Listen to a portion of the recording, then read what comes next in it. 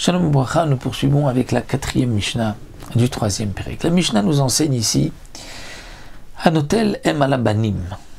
Nous savons que la Torah nous dit, si on marche dans un champ, en chemin, on trouve un can tzipor, c'est-à-dire un nid d'oiseau, et il y a la mère et des poussins ou des œufs.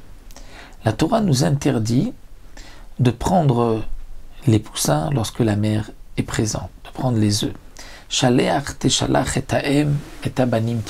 Tu renverras la mère et ensuite tu prendras les poussins, tu prendras les œufs.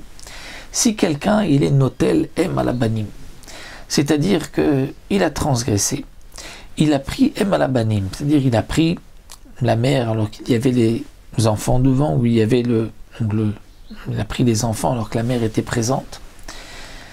Il prend un hôtel, il prend les poussins alors que la mère est encore sur les petits, elle est là, il ne l'a pas chassé. Donc il y a là une transgression de l'otika haem alabanim. Est-ce qu'il y a malkout? Rabbi Yehuda Omer loke veno meshalach. Rabbi Yehuda dit oui. Puisqu'il a transgressé, il recevra malkout ve'eno meshalach. Et il ne peut pas maintenant réparer en renvoyant la mère. Pourquoi? Parce que d'après Rabbi Yehuda, Shalech Teshalach, c'était avant de transgresser. Shalech Teshalach et Taem, ensuite tu prends les petits. Si tu as pris les petits et qu'il y avait la mère, alors là tu ne peux plus la renvoyer. La Torah avait de la renvoyer avant. Et donc tu as transgressé, il y a malkout. Chachamim ont dit non, mais Shalech Venoloke. Chachamim disent tu peux encore renvoyer la mère, puisque Shalech Teshalach, c'est même après.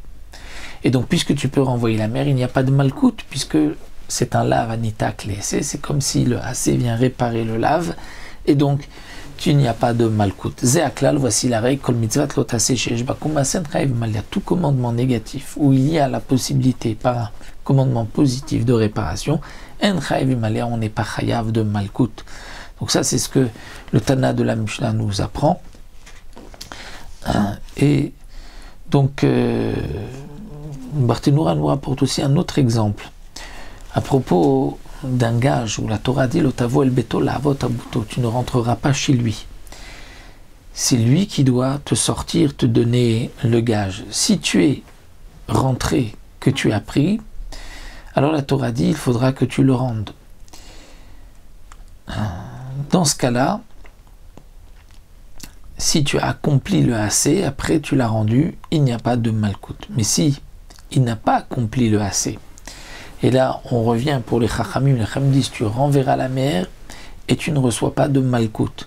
Alors le Barthénoura nous rapporte une des opinions marquées dans la Gemara, que si quelqu'un a pris les oisillons sans renvoyer la mère, et qu'il a égorgé la mère ou qu'elle est morte, et donc maintenant il ne peut plus la renvoyer, donc là pour les Chachamim, il ne peut plus réparer, il recevra malkout. De même, s'il avait pris un gage et qu'il ne peut plus le rendre parce qu'il l'a brûlé, eh bien dans ce cas-là, il recevra malkout, puisque c'est une réparation dans le cas où il peut réparer. S'il ne répare pas, là il recevra malkout.